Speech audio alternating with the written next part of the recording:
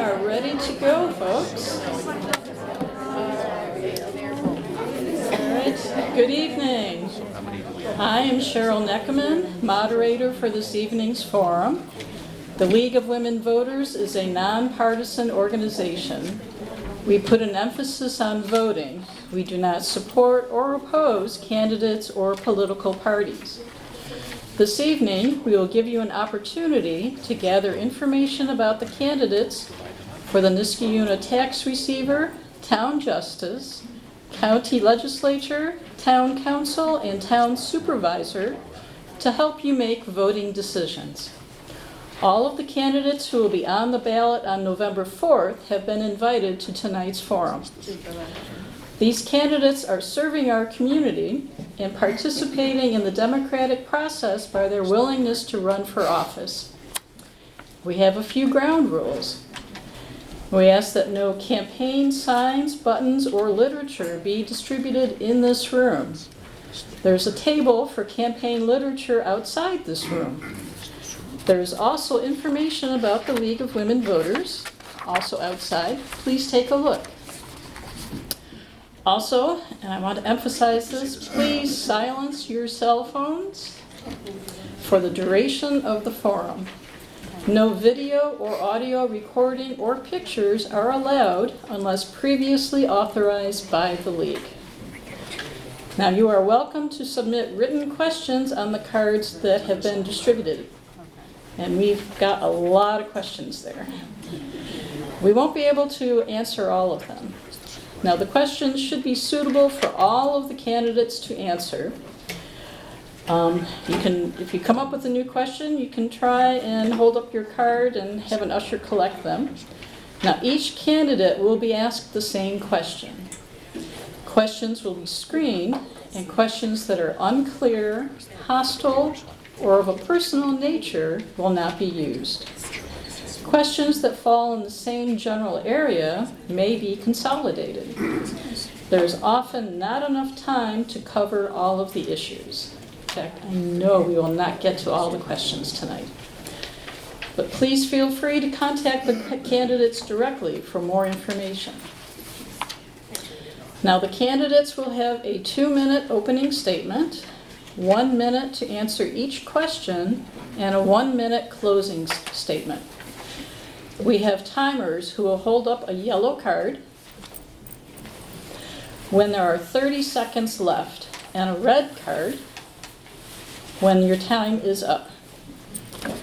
During the questioning time of the forum, the order of the candidates will be varied. After each statement or question, please hold your applause until all the candidates have spoken. The following candidates are unable to attend the forum tonight: Peter Frassoni, Catherine Gatta, and Diane Percy. Diane Percy is here. Oh, I'm sorry, Diane is here. Now to introduce the candidates. Our first set of candidates running for one seat as Town Justice. Please come up to the podium, Christopher Rust and Peter Scagnelli.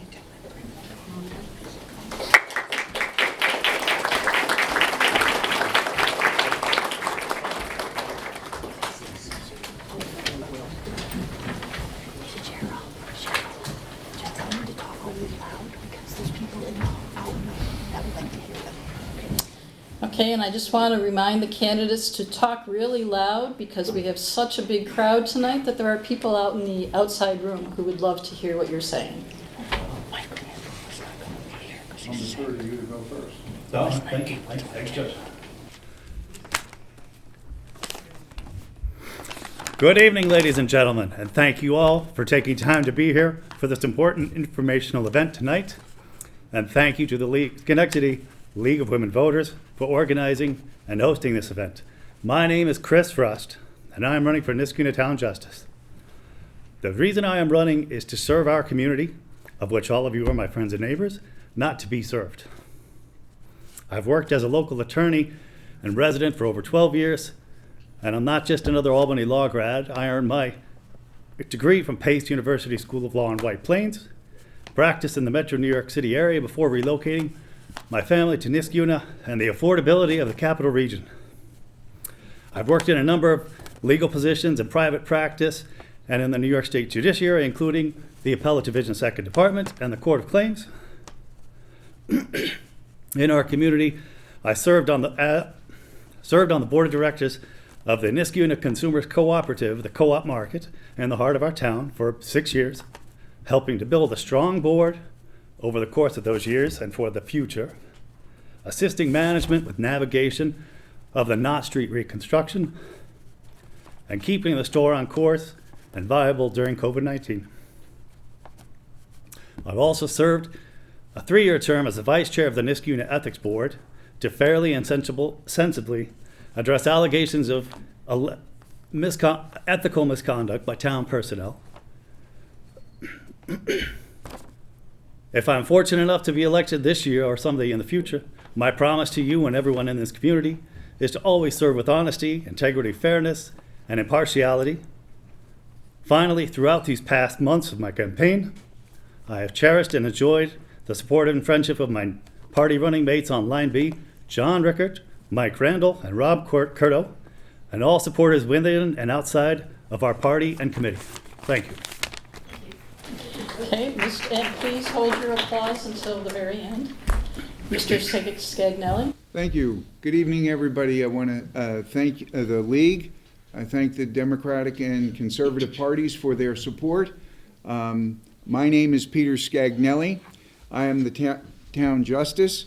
I have been a 41-year resident of this town. I raised my children here, and for a time, I raised my grandchildren here. I am married to Janet, and I have 5 grandchildren. I am committed to the success of this town, and the way I do it is what I know. I'm a lawyer and a town judge, and I think I can contribute to the success of this town by my work. I founded my own, in addition to my law degree, I have a master's degree in criminal justice. I founded my own law firm in 1989, which is continuously running until today, right around the block from Mr. Rust's law firm. Okay. I have extensive litigation experience. I have experience in criminal and civil jury trials. I have argued scores of time before the Appellate Division, and I have successfully argued before the Court of Appeals, once as a private attorney and once as your town attorney. I have been working for the town in one capacity or another since 2000, first as deputy town attorney, then as town attorney. I love this town. I love being town justice. I think I bring to the town court experience, knowledge, and a sense of fairness. I try to treat everyone fairly, and I think most of the people that come before this court, no matter how the case turns out, walks away with a feeling that they've been treated fairly and they've been heard. Thank you. Thank you. Again, please hold your applause until the end. I'll let you know when the end comes.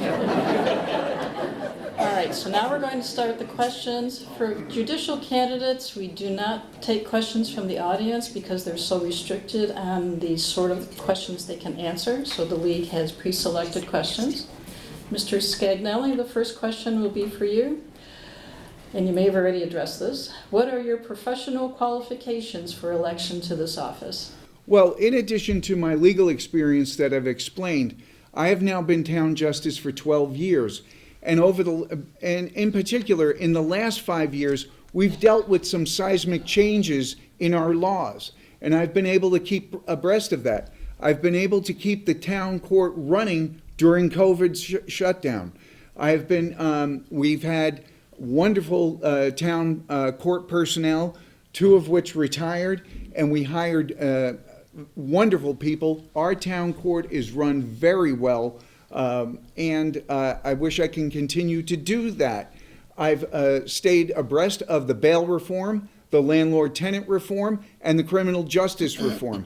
And so I think my experience as town justice, as an attorney, serves me well, and I want to continue to serve you people.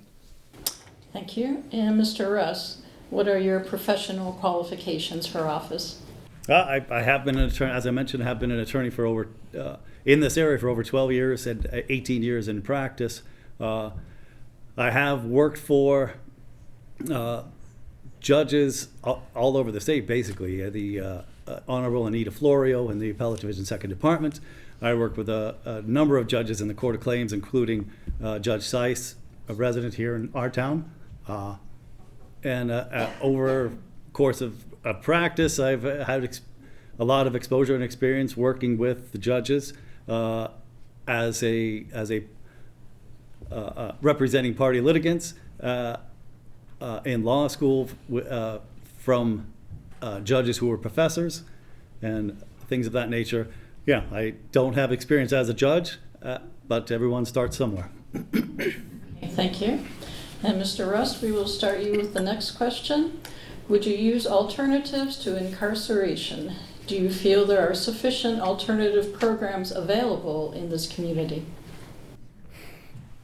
Yeah, certainly. If alternatives exist, I am aware that New York State has drug rehabilitation opportunities. That's certainly an option for judges in our state, as my understanding. Thank you. And Mr. Scagnelli? Yes, we do have certain alternatives to incarceration in our toolbox as judges in this state. As a town judge, there's always probation, although the town court does not necessarily funnel cases to drug court. It is available where a defendant before us that has a drug problem can be transferred to county court, and you can utilize the drug court, and I find that to be very helpful. The other alternatives include, we're now in a situation where we have bail reform, but we have non-monetary conditions on release, such as release under supervision by the probation department, which includes anything from checking in to ankle monitoring and, of course, other alternatives. So I try to use them whenever I can. Thank you. And Mr. Scagnelli, we'll start you off with the last question. What is your experience, and has it included civil and criminal law? My experience as a practicing attorney to this date includes civil and criminal experience in my law office. I handle both cases. Furthermore, as the town judge, I've presided over jury trials, criminal jury trials. This evening, I was presiding over the landlord-tenant provisions, and I'm comfortable in doing both civil and criminal trials. Thank you. And Mr. Rust, does your experience include civil and criminal law? My experience includes almost exclusively civil. I have some exposure to criminal law in observation and having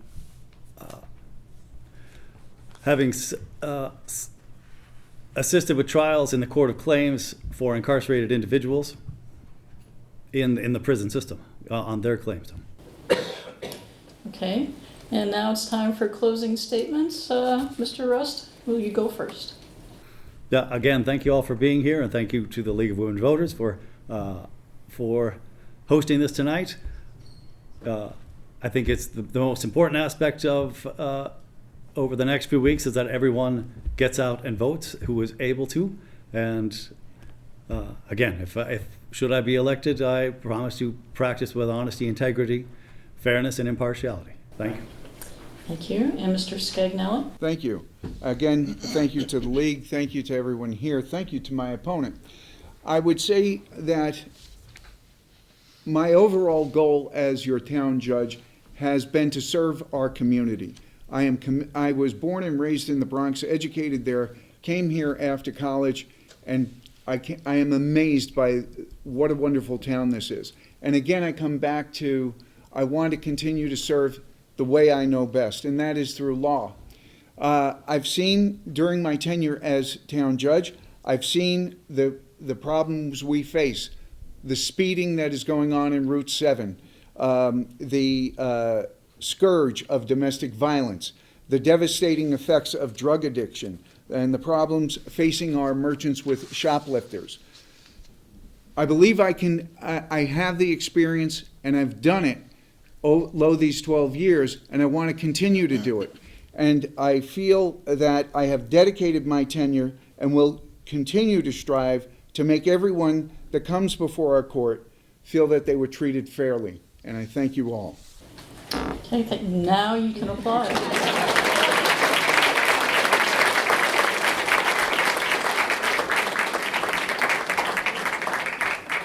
Well, thank you. Now our second set of candidates running for 2 seats on the town council are Sarah Belofsky, Robert Curto, Ashok Ramasubramanian, and Michael Randall. Mr. Randall was unable to attend tonight.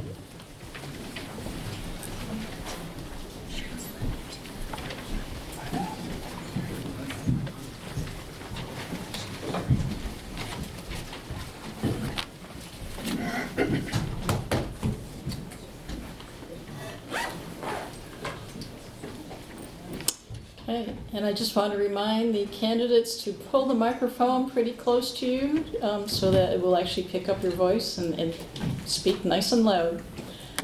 All right, so we're going to start off with opening statements, and we'll start off with Ms. Belofsky. Good evening. My name is Sarah Belofsky, and I'm running for Niskayuna Town Board. Thank you to the League of Women Voters for hosting tonight's candidate forum, to all of you for being here, for standing in the back, and to my fellow candidates for participating. As the only woman running for town board this year, I'm also the only candidate up here who's been endorsed by both the Niskayuna Democratic Committee as well as the Schenectady County Conservative Party. I'm also very proud to have been endorsed by Capital Women, CSEA representing our town workforce, and most recently, the New York State Law Enforcement Officers Union Council 82. So why am I running? I moved here 20 years ago. I chose Niskayuna, and I love our town. And there are 4 priorities that have always been at the heart of everything I do. Safety. I have a teen driver, and I worry about Route 7. That's why I raised my hand and volunteered to be the representative on the Safe on 7 committee, where we are working for real solutions and long-term changes to make that road safer and to reduce speed. Services, from improving the drainage on the softball fields at River Road Park, to preserving new green space and expanding sidewalks across town. As a member of the planning board, I've created better facilities for our residents. Economic development.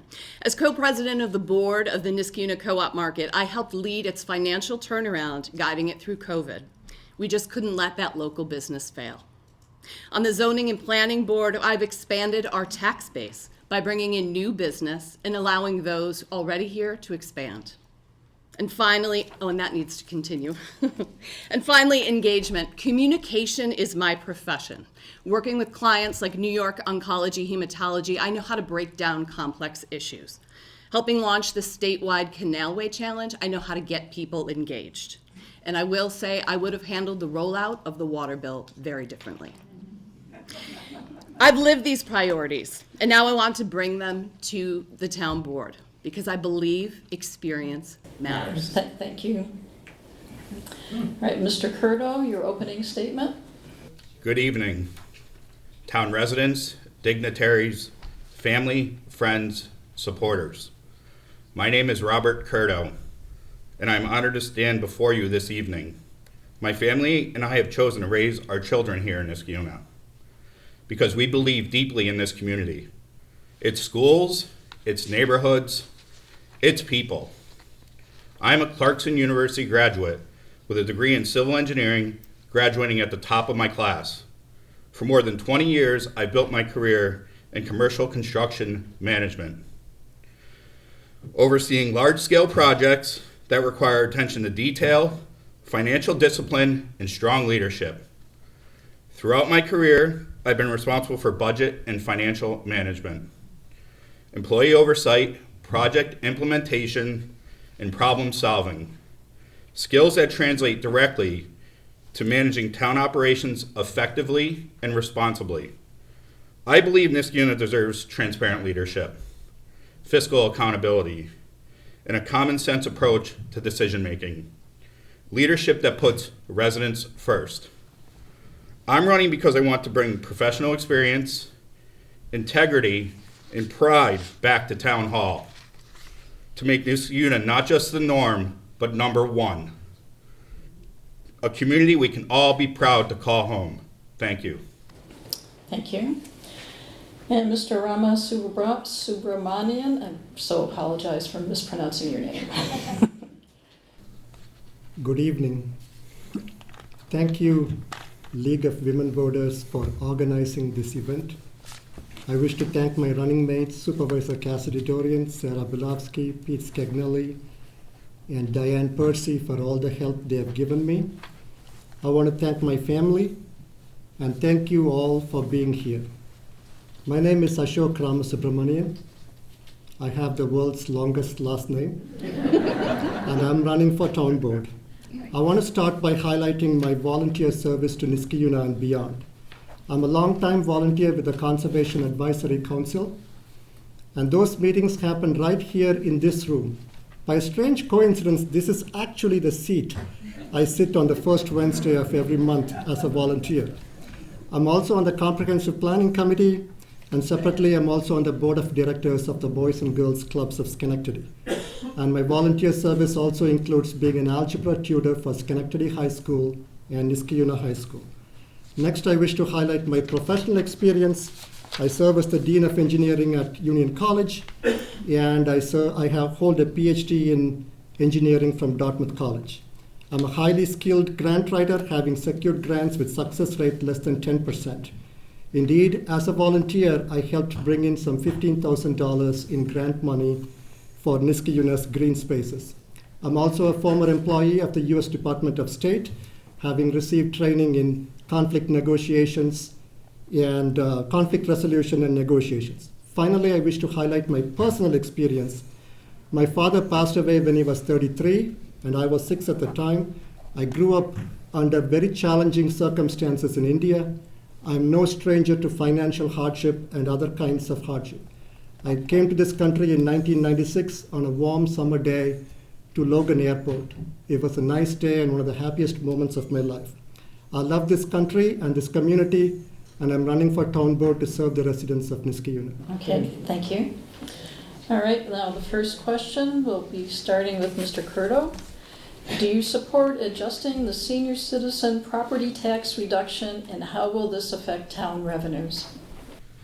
That's something I would love to study, but one of my major components in life and in general is taking care of our senior aging population. We have a very large aging growing population.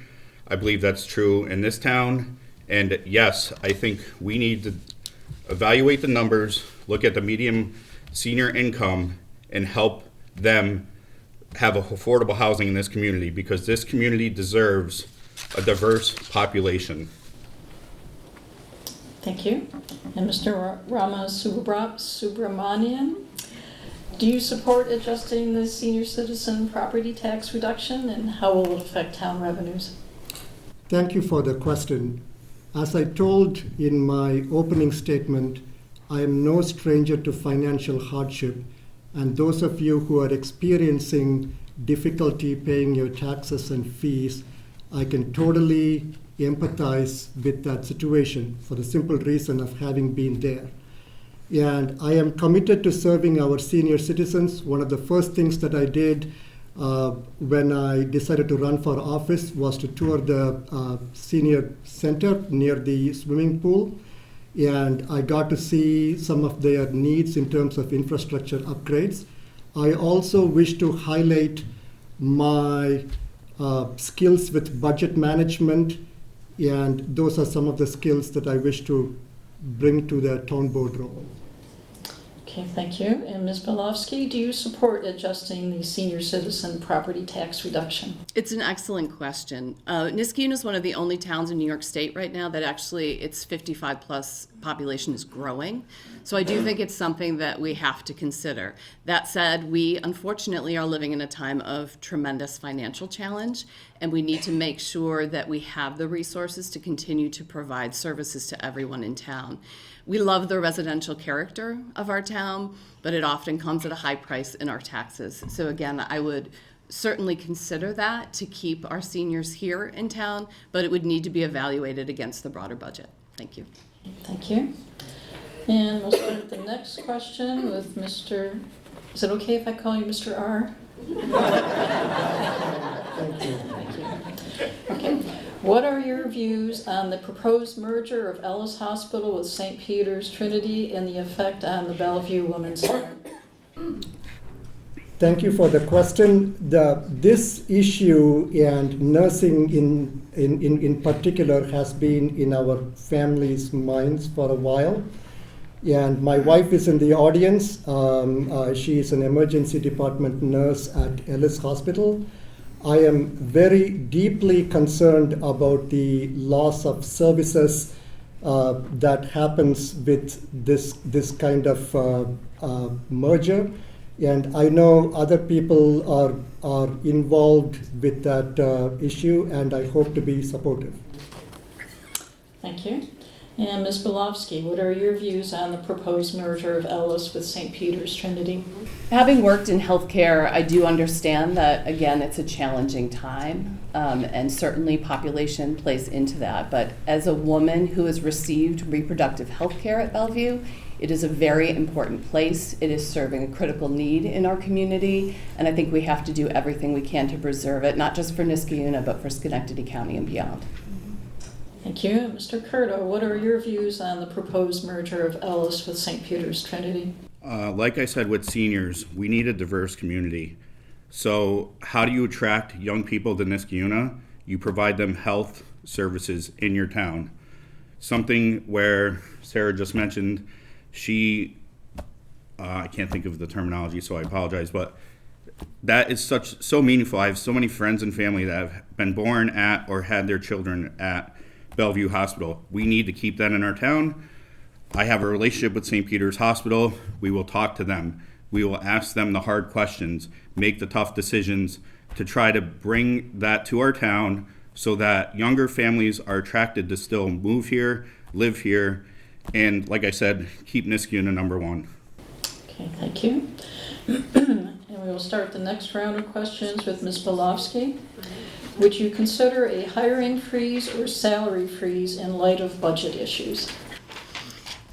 I think we have to start by talking to the people who work here. I think we have a set of employees who know the work that they do better than anyone else. And I would do everything in my power to continue the services we provide with the team that we have. I do think, given what's going on at the national level, it is going to put some significant pressure on municipalities, and that there may be a need to look at our employee roster. But I do believe that it starts by talking to the people who work here and understanding their needs and understanding what work can be done with who we have. Thank you. Mr. Curto, would you consider a hiring freeze or salary freeze? That is a twofold question. Hiring, I think you continue to hire for key positions in the town that provide the services to our residents, as that's most pertinent first and foremost. So I think through attrition sometimes is a gain. I do look at that. I will evaluate that with my team, Mr. Rickert, when we're elected. And as far as a salary freeze goes, I don't believe in salary freezes at all. We are living in an environment of ever increasing costs. So sound salaries, incentive pay, certain things like that are much more adaptable, and we need to attract young talent. And how do you do that? With better pay. Okay, thank you. Mr. R, would you consider a hiring freeze or salary freeze? Let me be a good scientist and say that once I have done with analyzing all the data in front of me, I would be better prepared to make decisions on that regard. But I do want to mention that in my day job at Union College, I oversee a fair-sized budget. I manage that budget responsibly, even when there are mandated budget cuts. So I have become rather good at providing services to people based on reduced budgets and shrinking budget environments. So these are skills that I hope to bring to a town board role. Okay, thank you. All right, we're going to start a new round of questions with Mr. Curto. How do you view continued partial funding by the town for school resource officers, the SROs, in the school district? As far as that goes, I think that's a yearly evaluation with our strong police force and law enforcement. I believe in safe neighborhoods, which also translates to safe schools. I think that the SRO provides a learning experience and someone that is a resource for young adolescents to learn from, grow, and realize that law enforcement is an opportunity to grow and have a career profession and not be fearful of them. So as long as that is a positive influence on our young students and provides a safe environment, I'm okay with that approach. Okay, thank you. Mr. R., how do you view continued partial funding by the town for school resource officers in the school district? So very broadly speaking, there is the town board that deals with town issues, and then there is the school board, which is a separate entity that deals with school-related issues. And there is considerable overlap between these two entities, and I'm a firm believer in these two entities having constant meetings with each other so that issues like the school resource officer are well addressed and conflicts are anticipated and warded off. And the town has a police officer who is well regarded and who works at the school as a school resources officer right now. And I would be in favor of the continued partnership with our school district. Okay, thank you. And Ms. Belofsky, how do you view continued partial funding by the town for school resource officers? I'm pleased that this school district put a school resource officer in the high school. I think it's an example, a really good one, a new chapter in the town and the school district working collaboratively. And I think it's too soon to tell what else the needs will be. I think it just started in September. By all accounts, it's going very well. We have to see what the needs are across the district. But again, our role in the town is to work collaboratively and be supportive of the school district. Okay, thank you. The next round of questions will start with Mr. R. What are your thoughts on closing the transfer station and keeping it closed? There is a small group of people who really love the transfer station. And some of my very, very good friends are among them. It is a wonderful resource, and it is sad and painful to see it go. I want to honestly and plainly acknowledge that. There are excellent alternatives available. For instance, the county's facility at Ketchelton Road and all the facilities that they provide. And I do agree that we need to be better at communicating some of these other alternatives that are available. And that's why it's such a delight to have somebody like Sarah with an expertise in communications to be my running mate. Okay, thank you. And Ms. Belofsky, what are your thoughts on closing the transfer station and keeping it closed? So at this point, I think I've knocked on several hundred doors around the town, and the people who love their transfer station really love it, and I feel their pain, but it was 1%. It was 80 homes out of over 8,000 homes using it. And when you hold that up to the money that was not only being lost, but would continue to be lost because of the necessary infrastructure investments in the hundreds of thousands that would have been required just to keep it open, I think it was a very tough decision, but that's why we're elected to make them. And if there had been no alternative, I think that would have been tougher. But I actually met a woman who spoke with her neighbor, and they decided together that they would share the cost of their waste removal. And that's what they're doing. And, this is a smart community. People have found solutions. So while, again, I understand the loss, there are alternatives nearby. And, again, I think we have to look at the best use of our funds. Okay, thank you. And Mr. Curto, what are your thoughts on closing the transfer station and keeping it closed? I think that's a benefit for town residents that we need to bring back. We need to evaluate how to manage it properly, how to utilize it properly, and make it a net positive resource. So I ask you this, do we not provide safe water to 80 people in our homes because of they're the only ones utilizing it, 1%? No, that is a fair town benefit to be able to take your trash and dispose of it properly in the town. Okay, thank you.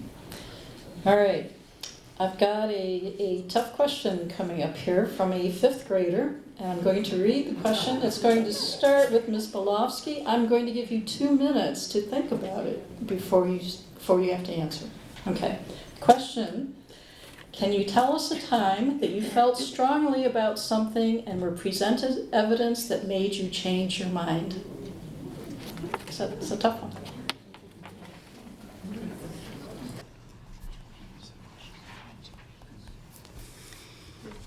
So I'll give 2. I'm ready. The first actually happens to me it happens on the planning board. Because what happens is when on the planning board, we're given our materials in advance to read in advance of the meeting. And I go through the paper and I look at the plans and I think, this doesn't make sense. And then what happens is I sit here, right here at the meeting, and the person who's presenting that plan comes up and speaks. They make their case. They talk about it in the greater context of what they're doing. And suddenly I can see the value. It doesn't happen every time, but I think what it underscores is that we can't just rely on what we read. We have to actually talk to people. We have to ask them questions. We have to understand where they're coming from. And the second, my younger daughter loves the NFL, Formula One, and country music. If she didn't look just like her sister, I would question if she had been switched at birth. However, she is bringing me around. Okay, not the answer I was expecting, but okay. Okay, Mr. Curto, can you tell us the time, and you have 2 minutes, about a time that you felt strongly about something and were presented evidence that made you change your mind? Well, personally hits home. But I won't touch on that topic. So I live in the gray matter. I'm a construction professional. Every day I'm faced with something, a challenge, a problem, a predicament, where someone says, that's the way we've been doing it for 100 years. That's the way we're still going to do it. And I said, no, let's evaluate. There's got to be a better way. There's always a better way. Everyone's opinion matters. It matters to me. I'm an open-minded individual. I listen, I hear people, and I understand other people's concerns beside my own. So I feel like the personal situation that I don't feel comfortable explaining to all of you, maybe on a one-to-one level, will really ring home in that regard. Thank you. Mr. R., can you tell us a time that you felt strongly about something and were presented evidence that made you change your mind? And you said we have 2 minutes for this question. So friends of mine in this audience and people who know me, know about my passion for the environment, green spaces and such. And that is in fact one of the main reasons why I decided to run for office. But as I said in my opening statement, I am committed to serving the residents of Niskayuna. There are about 21,000 residents, and in the beginning of the summer, I had an ambitious goal to knock on every single door in Niskayuna. And I started knocking on doors in the second week of July. And I started hearing what the residents are saying. There's something magical about talking to residents at their doorstep and saying, hello ma'am, hello sir, what are your concerns? Some of them did mention green spaces, but a lot of them talked about their tax burdens and financial burdens. And as I said, having grown up without a dad in India, I can relate to that pain very well. So my opinion changed. Okay, green spaces are still important, but I need to be looking at grant opportunities that will relieve some of those financial burdens of the taxpayers. So I've located some grant opportunities that can help with water infrastructure, road infrastructure, and things like that. So it was a little bit of a pivot. I have knocked on 1,200 doors so far, and the residents are telling me, not that they're telling me green spaces are unimportant, but they're telling me other things are important, and I'm honored to change my mind on this. Okay, thank you. All right, we'll start the next question with Mr. Furto. In an era of divided politics, how would you work with the other party? We live in a really transitioning world right now, but we live in the town of Niskayuna, and one of my running mates said it best. It's not about the R or the D, it's about the N. So I believe in all of you. We will work for you. You are our residents. You pay us to be up here. You deserve to be heard. So what you want may not be in line with what I necessarily want or the other party wants, but it's what's best for you. I will always make sound decisions that's best for the community. Thank you. And Mr. R., in an era of divided politics, how would you work with the other party? So this is one issue that deeply saddens me as an immigrant, all the political strife and anger that is directed at each other. I have stood on the privilege of the floor and said the following words: if we fight among ourselves, only our enemies will benefit. And I have told this to many of my Democratic Party friends. Republicans are not the enemy. They are the opposition. There's a difference between those two words. The laughter of Vladimir Putin and Kim Jong-un would be our only reward if we fight among ourselves. Mine is a message of love. I'm a follower of Mahatma Gandhi and Martin Luther King. And I do believe healing can come at the local level. I knock on all doors, Republican, conservative, unaffiliated, and it is my strongest desire to bring people together. Thank you. And Ms. Belofsky, in an era of divided politics, how would you work with the other party? First, I think the best indicator of how I'd work with the other party is the way myself and my Democratic colleagues have run our campaign. It's been positive, and we've focused on our experience, and that's what we would continue to do. That said, this is local. We're not dealing with major global issues. We're dealing with your streets, your roads, your water, green space, your taxes. It is a common denominator because we all live here in Niskayuna, and I believe at this level we should be working together because the issues that unite us are stronger. We all live here. We all pay the taxes. We need to focus on the things that bring us together. And I really think that the party affiliation is not as important as the things that we need to achieve at the town government level. Okay, thank you. The next question, we will start with Mr. R. How should the town's police officers respond to enforcement actions by federal ICE agents? I'm sorry, could you repeat the question, please? Yes. How should the town's police officers respond to enforcement actions by federal ICE agents? Is the question specific to immigration, drug enforcement, or general in scope? Just reading the question. It's however you want to interpret it. Let me start by saying that I'm a big supporter of Niskayuna's police forces. Again, one of the first things that I did when I decided to run for office was to take advantage of this wonderful program that they have called Ride with a Cop.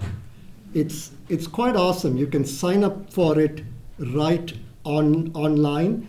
And I had this ride around Niskayuna with the police chief, where the chief explained to me what their current priorities are.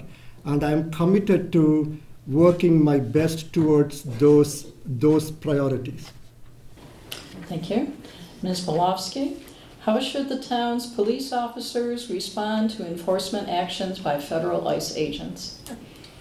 It's funny, Ashok, I didn't know you did that. One of the first things that I did when I decided to run was also spend an afternoon with the chief riding around, and it is very eye-opening. I think you'd agree it's a great thing to take advantage of.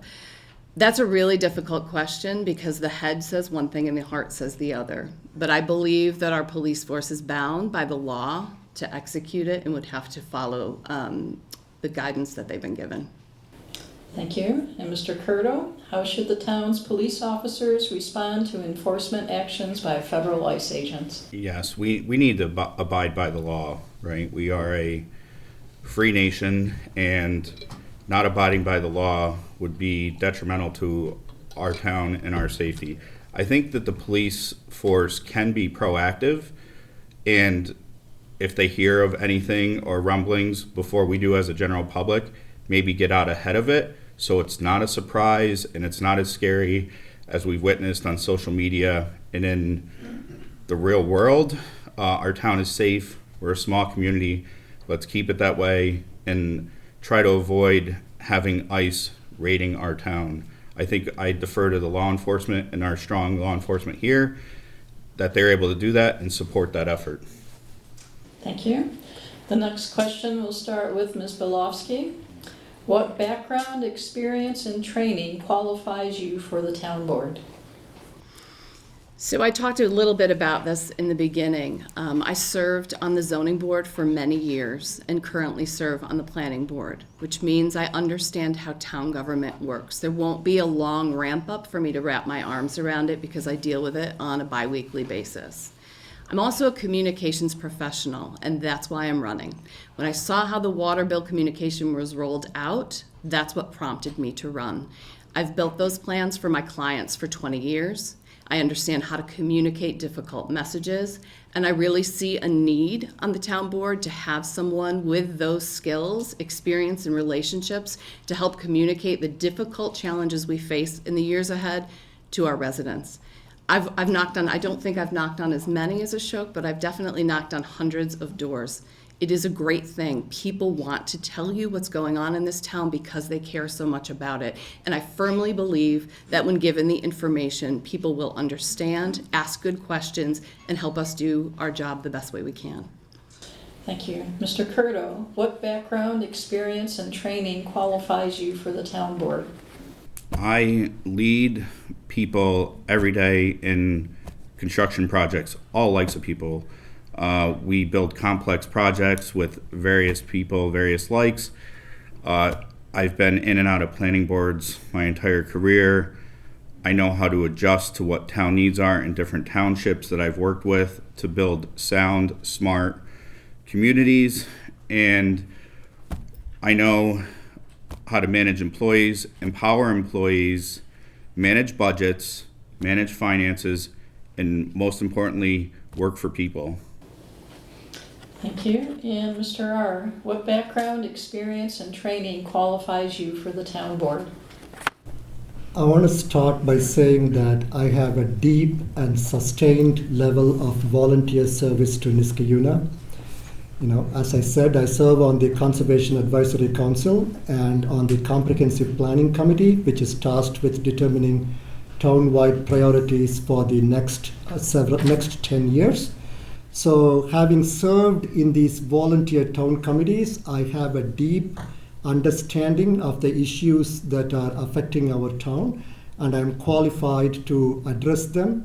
Also, in my role as Dean of Engineering at Union College, I oversee a fair-sized budget, and I have project management experience. I'm an engineer, a problem solver, and so the issues that are currently, in everyone's minds, like infrastructure upgrades, I have deep levels of experience that can help us solve those important issues. Thank you. Thank you. And we'll start the next question with Mr. Curto. Do you support composting initiatives in the town? Yeah, I don't have any issue with composting. If we bring back the transfer station, I think that's an avenue to generate revenue, like I said previously. It's something that we're able to do, manage there with the same resources, so at no additional cost to the town. We can educate through that program, and I think that's a really good idea. I was not thinking about composting at the transfer station as an avenue for generating positive revenue, but thank you. Okay, and Mr. R., do you support composting initiatives in the town? I 100% absolutely support composting initiatives at the town. One of my good friends at the Conservation Advisory Council actually leads the composting initiatives. She sits over there. And you know, I am deeply involved in promoting composting initiatives. Composting is a wonderful thing. It reduces the amount of waste that goes to a landfill. It provides amazing fertilizer. It is an excellent teaching vehicle for our children. So I am a strong backer of composting initiatives. Thank you. And Ms. Belofsky, do you support composting initiatives in the town? So remember the daughter about the NFL and the Formula One. She's the one that got us composting in our house too. I think you can see a trail there.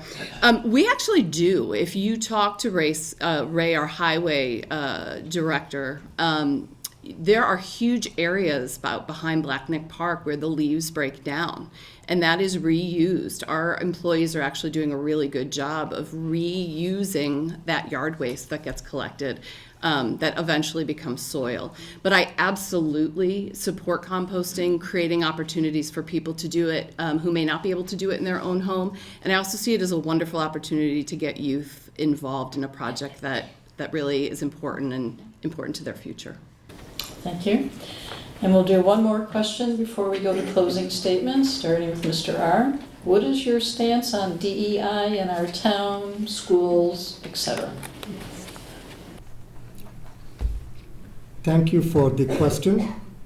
I'm an immigrant, and it's not always easy to be an immigrant or a minority person growing up. So opportunities that are aimed at helping minorities succeed have my support. In my work at Union College as the Dean of Engineering, one of my primary focus is like recruiting women to engineering fields, and they tend to be not very represented, and recruiting minorities to various engineering fields as well. So speaking as an immigrant and understanding the difficulties that immigrants and minorities go through, so I am supportive of efforts aimed at helping underserved communities. Okay, thank you. And Ms. Belofsky, what is your stance on DEI in our town, schools, etc.? It's a great question for the only woman running for town board this year. I'm going to answer this as someone who works in marketing and communication. I've had a lot of discussion about this with some of my colleagues, and I think DEI fell into this sort of marketing trap of being called this thing. When you pull it apart, entities have been doing different things at different levels to achieve different goals long before we called it DEI. We sort of demonized the three letters, but I really believe it is up to different organizations to decide what that policy is. Our school district has decided that they would continue it, and I support it. But I think we need to look beyond the labels, and we need to understand the programs that are in place and why they're there and what they seek to achieve. Thank you. And Mr. Curto, what is your stance on DEI in our town, schools, etc.? I'm not sure it plays a significant role at the town level. I think it does at a national or state level. But regardless, we are a small, diverse community. We need to support everyone. I'm big on anti-bullying in the schools, love working with them on that, seen evidence of that. And I think from a town perspective, we can support those initiatives through school education, Not sure it comes into play when it's a town issue at the town level or town board level. Okay, thank you. And now it's time for closing statements, and we will start with Ms. Belowski. Thank you again to the League, to all of you and my fellow candidates for this lively discussion. In our house, my husband and I teach our kids actions speak louder than words, and I think that also sums up this race. Ashok and I didn't just show up this year to run. For us, the town board is the next step in a long history of giving back to our community. Long nights listening to residents' concerns right here as a member of the planning board. Long after the co-op closed, upstairs with our county legislators trying to figure out how to make the parking and sidewalks safer in front of the store. Asking good questions, listening, and then making the tough calls to protect our residents. That's what the town board is all about, and that's why I'm running. What's happening in Washington doesn't stay there. It affects New York State, Schenectady County, and yes, Niskayuna, and we are going to face significant challenges in the years ahead. And that is why you want leaders who've spent years building relationships, who know who to call, who can get people around a table or across a Zoom screen to solve a problem. That's what I've always done and what I will continue to do.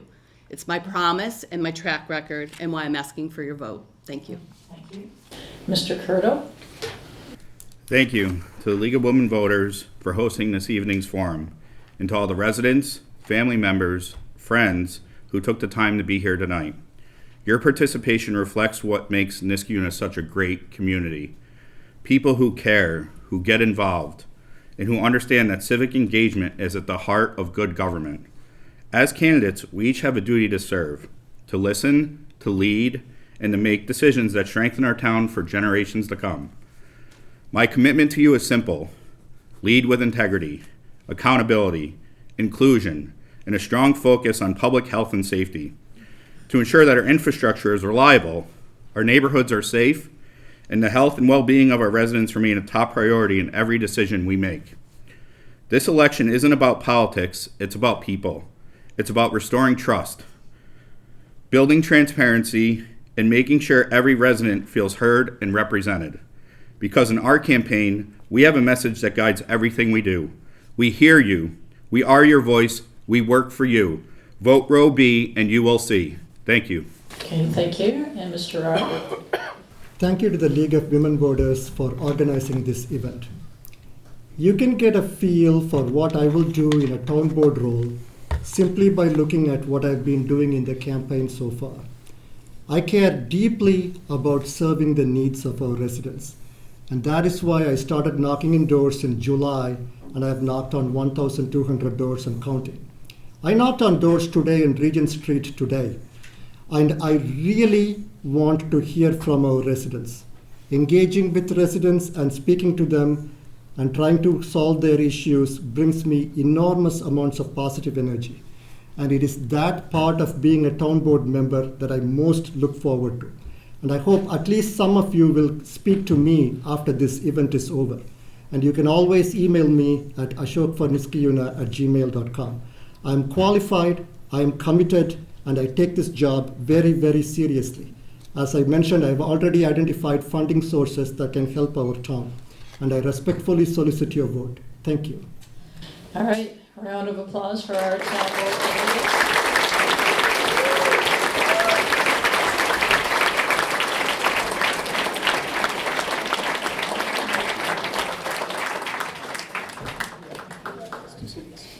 Okay, now it's time for our final set of candidates running for one seat as town supervisor, Aaron Cassidy Dorian and John Rickert Jr.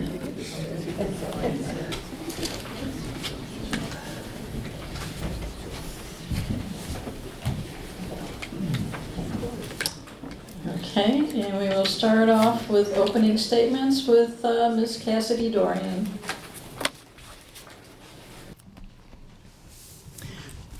Good evening, everyone. Can you hear me?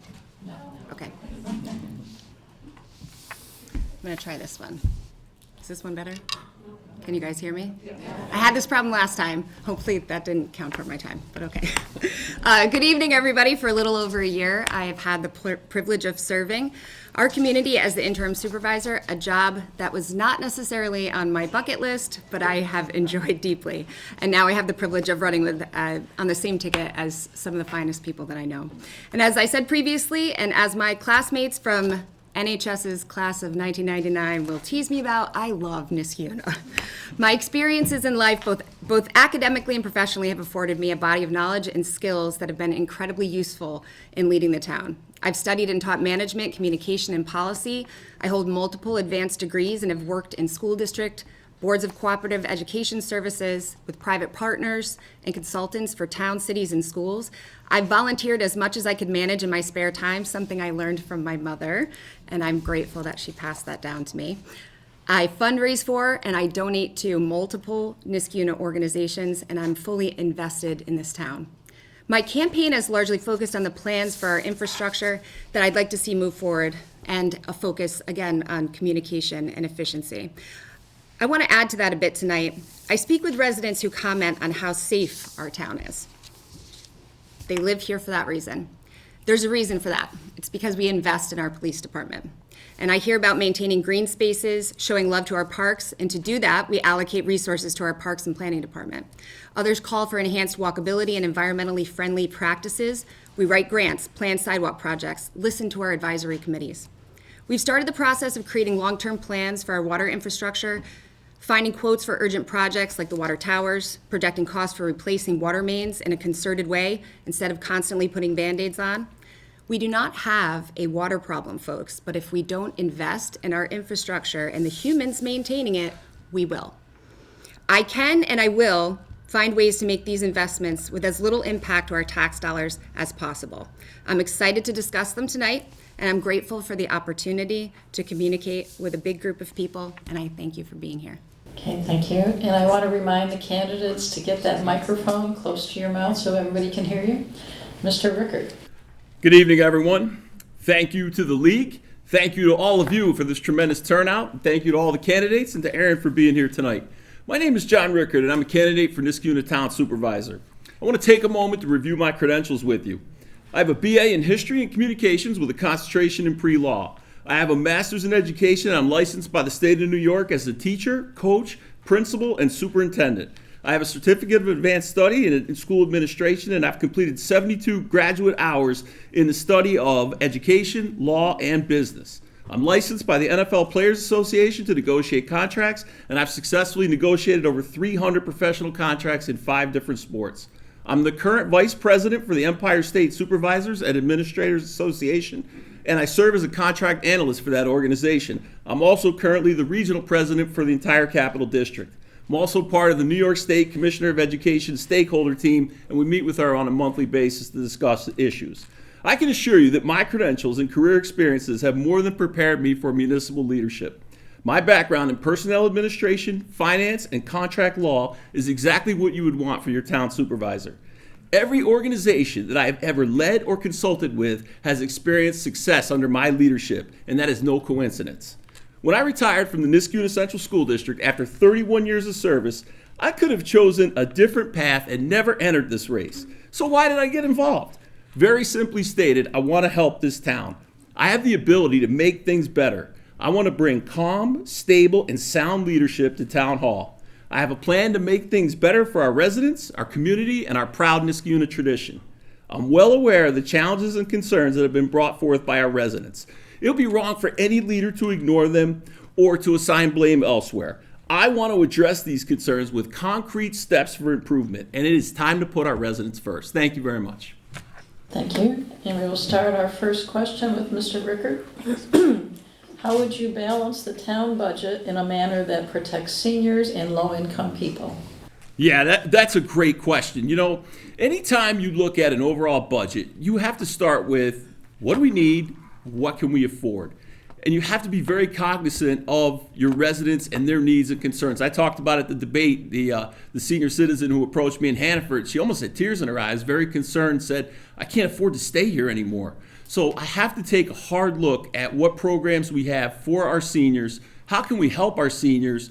Can we provide tax breaks? Maybe we can, maybe we can't. What can we afford and still maintain and protect a level of service? So it's part of a greater question when you look at the overall budget, but it's certainly something that I would want to take into consideration. Thank you. And Ms. Cassidy Dorian, how would you balance the town budget in a manner that protects seniors and low-income people? So I think that making sure that we are being as cost effective as possible is really a benefit to everyone, but specifically to seniors, and this is something that was brought to my attention by a family friend of ours. The senior exemption limit hasn't been changed in 10 years. So we started discussing ways that we could increase it. There's actually a limit that's about $20,000 higher than we have right now.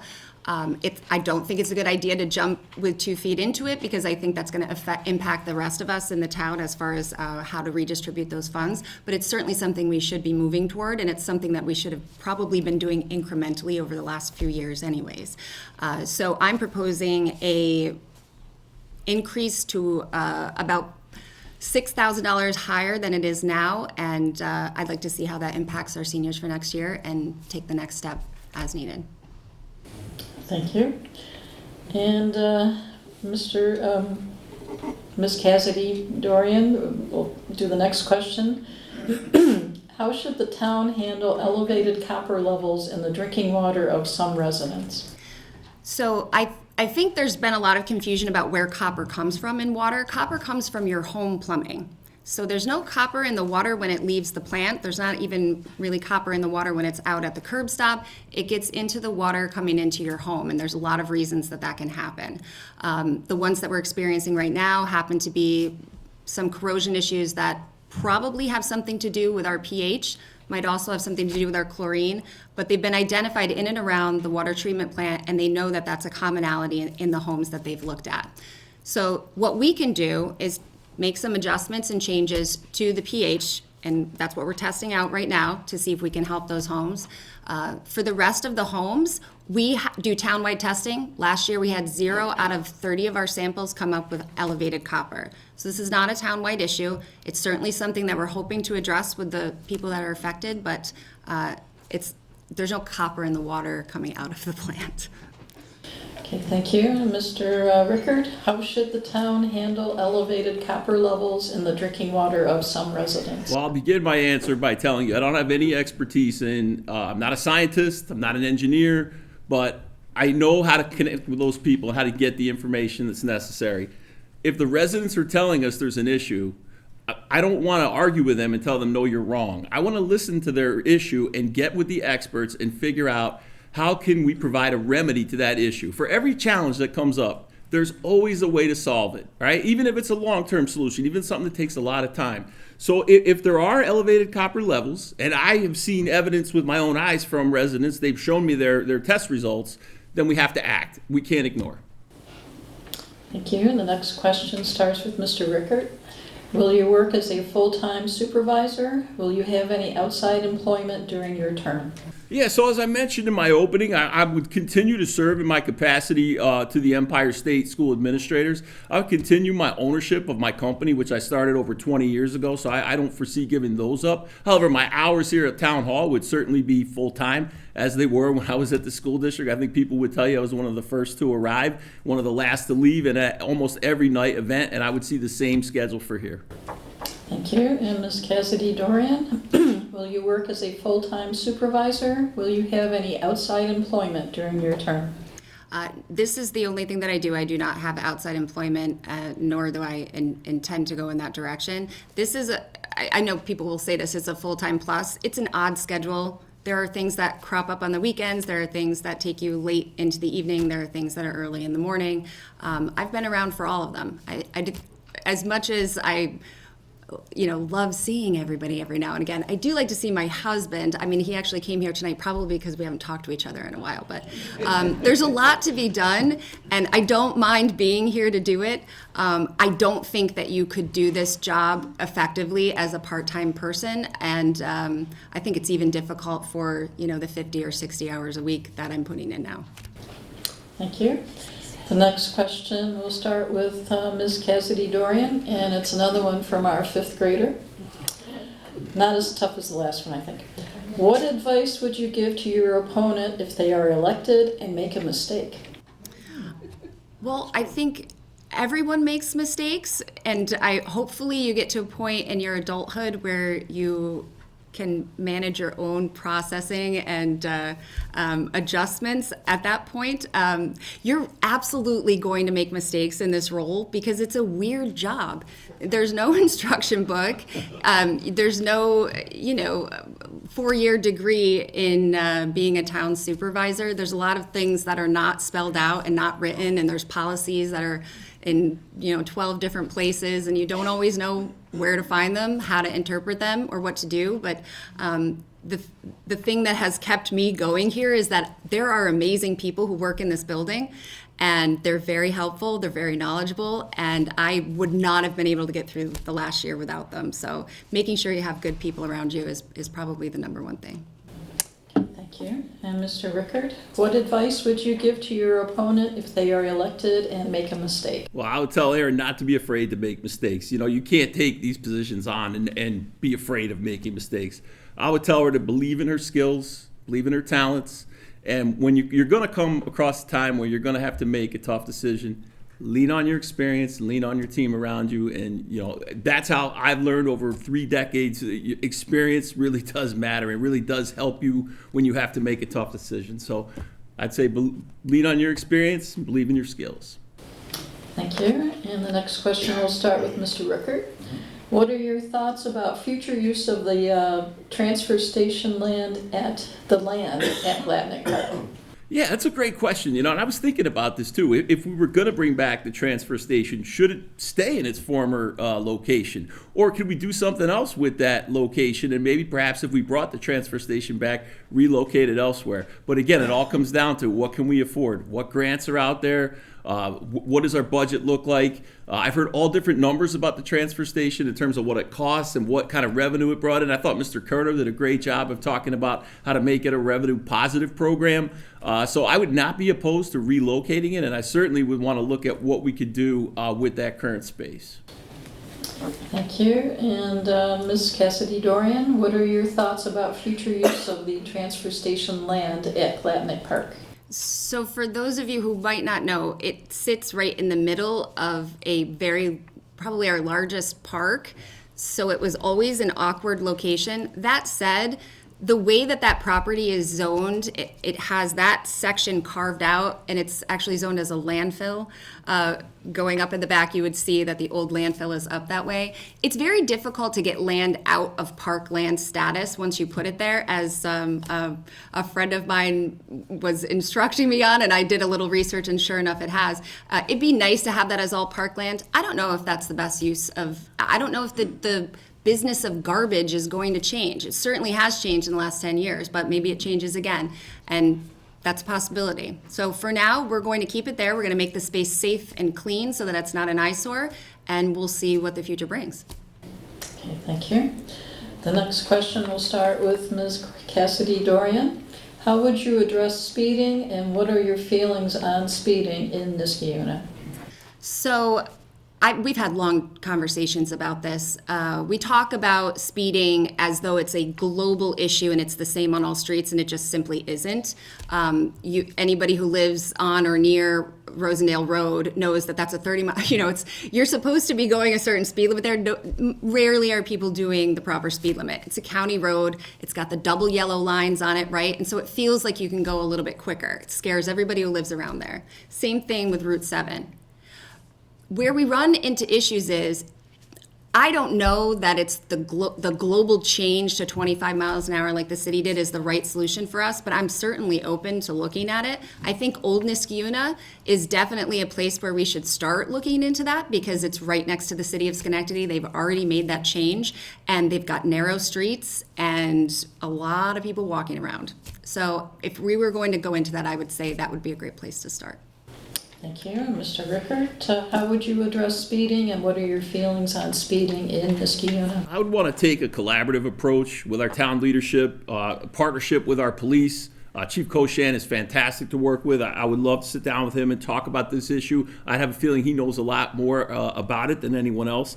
I'd want to bring in our residents to help in a collaborative effort. Our residents did a tremendous job in getting the Route 7 petition signed. Mr. Yackel has been well received and respected at the state level for his work on the Route 7 petition. So those kinds of resources are in our community. They're fantastic. So if we can bring our people together in a collaborative way, I think that we could definitely improve the overall situation. Thank you. And the next question will start with Mr. Rickert. What are your views with regard to the water rates issue? Yeah, I sat through the Raftellus meeting and I listened to the two different proposals, and I certainly agree with what Sarah presented in terms of the rollout, the communication side of things. It could have been handled a little differently. But in terms of the rates themselves, I really want to get an in-depth understanding of how we got there. I've looked at it and I've seen a couple of different scenarios that help explain how we got there. And certainly infrastructure and not spending on infrastructure, I think, is a factor. And so, again, the solution to this problem is going to come down to studying how we got there, what can we do within the framework of what we have, and then put out a solution and communicate and get everybody behind it so they understand. Our residents are great if they understand. If they don't understand something, they get upset quickly. Thank you. And Ms. Cassidy Dorian, what are your views with regard to the water rates issue? I too agree with Sarah's comments about the communication, and I do feel strongly that educated residents would understand what is put in front of them. This was a complicated change that should have been rolled out in phases over a period of time and wasn't. And we are where we are. We had artificially low utility rates for years and years, and because of that, we weren't investing in infrastructure, and that is why you see the water trucks out with water main breaks all of the time, because we had artificially low, we weren't investing in anything. So we have to do that. We have to get to this pot of money in order to plan for the future and deal with what we have right now. But we can choose how we allocate that expense, right? We can choose how people pay, we can encourage conservation, and we can make sure that the low users are paying a low amount, because right now that's not how things are, and that's the biggest problem with the rates as I see it. Thank you. And the next question will start with Ms. Cassidy Dorian. What role do you think commercial development should play in shaping Niskayuna's future? That is a great question. So we have said collectively as a community that we want to prioritize our residential spaces. That doesn't mean we don't have commercial space. So we need to be better about encouraging development in those areas where we know we want to have commercial space. Right now, we have a tax burden that's shifted toward residential parcels because we don't have a whole heck of a lot of commercial properties. And the ones that we do are very often on pilot programs, which means they're not feeding into that tax rate. They're paying a flat rate based on what they've negotiated with the county. So we need to make sure that we're encouraging it. We need to have a plan so that people who want to be a part of our plan are coming at us and saying, yeah, I'd love to invest in this building. I want this vacant space. I want to provide, I want to be a small business in Niskayuna. So we need to be more encouraging of that. We need to have policies that are kind to small business. Thank you. And Mr. Rickert? Yeah, it's all about a healthy balance. You got to have a healthy balance between it, as Aaron said, with the residents. You've got to protect the residents and the residential property, but at the same time, you do have to encourage small businesses to want to come to Niskayuna. I've observed several in the last couple of years who have come in here and have done a tremendous job and have been very, very successful and have connected with the community and given back to our community. Those are the types of businesses we really need to see in terms of commercial development. You don't want to over-commercialize. You look at Route 7 and you look at, as soon as you hit Colony, you can see the level of commercialization change, right? So we want to have a healthy balance, but we want to protect our residents. Thank you. And the next question will start with Mr. Rickert. What will you do to promote more transparency, especially with regard to FOIL requests? Yeah, great question. Thank you for that question. It's a big part of my campaign. I think we can use our website a little better. I think there's ways that we can be more proactive in communication with residents. Sometimes I know mailings become expensive. I know with social media and email, sometimes that's not as expensive. But we really have to go out of our way. I think it will go a long way. I know it will go a long way in restoring the confidence with our residents if we can get out in front of issues. Being available to the residents, sitting down with them. I would only resort to FOIL if it was absolutely necessary by law. If it wasn't necessary by law, I wouldn't trouble our residents to go through FOIL requests to get information they're looking for. Thank you. Ms. Cassidy Dorian, what will you do to promote more transparency, especially with regard to FOIL requests? Well, there's a handful of things that I've already done. I absolutely loathe our website. I try to use it as effectively as possible, but it's very clunky. Nevertheless, I've added a lot more financial information than was available before. I don't know the decisions why they weren't there, but I've added all of our financial statements. I've added links to external databases that you can look up town information on. I've put the budgets out there, every iteration of them. I put the fire district budgets out there for you to take a look at. But we've also invested in our IT department over the last year. And what we've found is that there is software we're already paying for that can help us to house all of that financial information, tons of it, and put it in a way that's more easily accessible. Because trust me, we want to be transparent. The FOIL requests are killing us. So we want to put it out there so we have a self-service setup. And that's what we intend to do. And what's awesome is we already are paying for software that's going to enable us to do it. So we're on our way. Okay, thank you. And Ms. Cassidy Dorian, the next question. How would you minimize consulting fees and conducting an independent audit? So we conduct an independent audit every year. They take our financial information. Sometimes they recommend changes to be made through journal entries, et cetera. They prepare our financial statements so that they're a little bit more digestible for external constituents. So we're already doing that. There have been other audits called for that I don't know what additional information that would provide because we are already putting everything out there. So, and our audit, by the way, costs us $47,000. So no, I don't think that we need to pay for another one. But what I will say is that consulting fees make sense when they make sense, because sometimes it saves us from hiring somebody and then giving them a very expensive benefit package in order to keep them here, because it's tough to keep public employees in place. Sometimes it makes sense. Sometimes it doesn't. It just means somebody might not be doing their job as effectively as they could be. And that's another way to deal with those expenses. So I think every year you need to be looking at them and making sure that you're making the right choices with those contracts. Thank you. Mr. Rickard, how would you minimize consulting fees and conducting an independent audit? Well, first thing I'd want to do is take on the personnel administration side of things and the PR side of things with some help from legal counsel and other members of the team. I would like to minimize or cut expenses in that regard. In terms of an audit, I'm, as you know, a big proponent of having an operational audit done. And part of that is I think it's going to be good money spent not only to either validate, confirm, or refute our positions, but restore that confidence with our residents. When they see the residents who are concerned that we're top heavy in debt or that we're in financial hardship, when they see the operational audit completed, they'll get a better sense of what our town finances are. And I'll bring those auditors in to explain to the residents what they are. And then we can go forward and talk about what programs we have money to add. Thank you. And Mr. Rickard, the next question. Can you provide one or more examples where you have recommended savings or budget cuts? Yeah, in one of my roles as school principal for 24 years at Niskayuna, and even as assistant principal for 2 years, every year we have to sit down with district officials and present our overall high school budget. And as you can imagine, it's rather complex. There's a lot of departments involved, right? And you run into some really tough choices. Do we want to offer level 5 French, or do we want to offer AB computer science? Sometimes we can't afford both.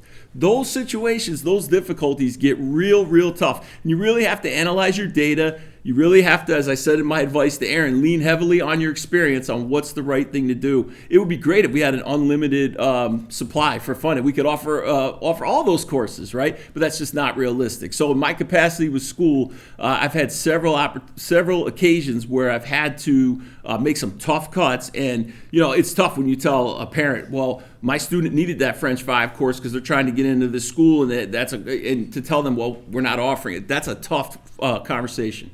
Okay, thank you. And Ms. Cassidy Dorian, can you provide one or more examples where you have recommended savings or budget cuts? Yes, in fact, I think my department heads would use this year as a great example because we had a 20% increase in our health insurance for 2026. So those are the conversations I've been having over the last 2 weeks. My goal is to make sure that we are protecting our core services and offering the things to residents that they want because they pay for them. And then finding areas for low-hanging fruit. What can we get rid of that's not really going to impact anything? And the department heads have been good about doing that. How can we save? How can we reuse? How can we maybe purchase things in this year's budget so we're not adding them to next year?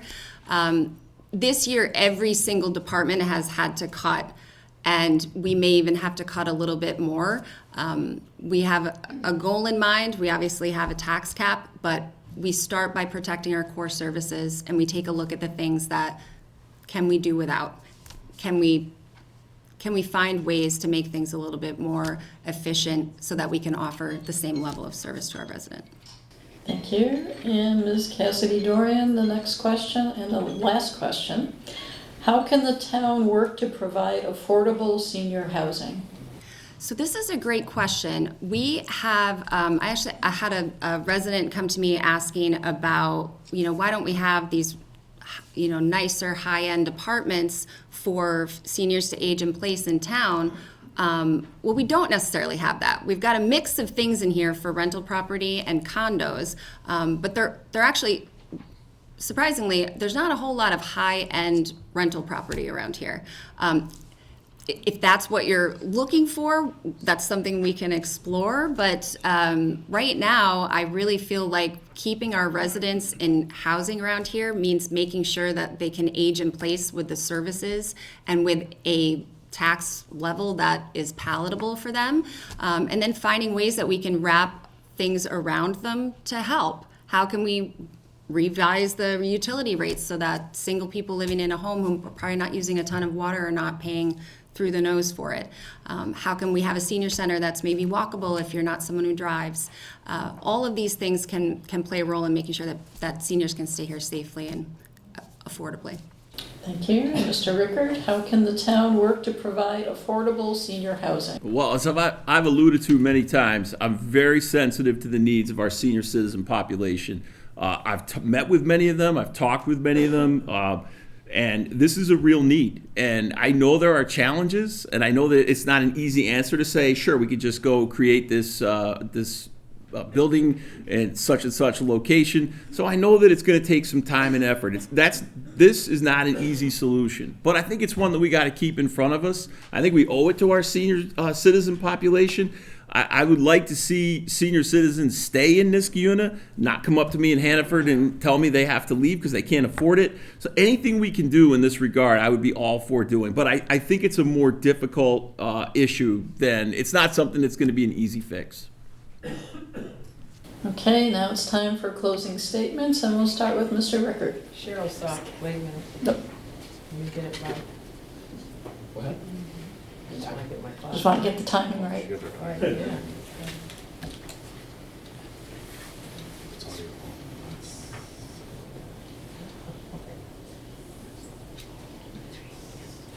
Okay? All right, now you can start. Okay. I would like to express my thanks and appreciation again to everyone for being here tonight. This is a great turnout. What you heard tonight is just a glimpse of my vision for a better Niskayuna by putting our residents first. We are one Niskayuna. Whether you're a Democrat, a Republican, conservative, or independent, you're part of my plan, and there's a place for you for us to work together. Whether you're a senior citizen living on a fixed income, struggling with the high costs of taxes or water, or a financially well-off business owner, there's a place for you in my better Niskayuna. Whether you have the cleanest drinking water in town or the highest copper levels in town, there's a place for you in my Niskayuna. I'm eager to work with the leaders of our town, regardless of their political affiliation or philosophical beliefs. We're all part of this community. We are Niskayuna. I hope that you have a better understanding tonight of my vision. I can't do it without your support. I need your vote, not only for me, but for our entire team. You've heard Row B, that's our team. Mike Randall, Rob Curto, Chris Rust. Early voting is going to start 1 week from Saturday. I'll be right here at Town Hall when things open at 9 o'clock, and I hope to see you all there. Regardless of who you're voting for, I want you to come out and vote. It's very important. I look forward to November 4th when my transition team will hit the ground running. We'll be in full stride towards a better Niskayuna. Thank you again for everyone for being here tonight. Thank you, and Ms. Cassidy Dorian. Thank you, everyone, for being here. I'll close with a promise to you that I'm going to always do what is best for the residents of Niskayuna. Not necessarily what's easy, not necessarily what's politically advantageous. I will do what's right. And I'm committed to making tough choices we need in order to make the town and keep the town as fabulous as possible. Some quick notes on my plans. I want to create a parks and open space plan, not just for sports fields and tennis courts, but community gardens, green spaces, picnic areas, trails, outdoor spaces. Again, our utility infrastructure investment plan, transportation and street planning so we can find ways to a way forward with Route 7 and ways to address safety concerns and encourage walkability. I want to take care of our seniors who want to age in place by revamping or relocating the senior center, phasing in higher limits for the senior exemption, reconfiguring the utility rates. Helping to support families, adding to childcare services, creating or advocating for building spaces for activities, education, sports, other third spaces that we need, potentially in and around our Knott Street area. I'm dedicated to this town. I'm very enthusiastic about the days ahead. I have big plans. I have an amazing staff, incredible volunteers to help me do it, and I look forward to hopefully being here next year to see it through. Okay, thank you. We have additional candidates. Diane Percy is running unopposed for tax receiver. Michael Aragosa, Peter Frassoni Jr., and Catherine Gata are running unopposed for County Legislature District 3. Because they're running unopposed, they did not answer questions at the table, but are available to talk to voters at the end of the forum. I know Mr. Aragosa is here. There he is, in the back of the room. And I think Ms. Percy is also over there. Okay. So you all have been a wonderful audience, and I would like to thank the candidates for attending tonight. And I want to remind people to vote. Don't forget.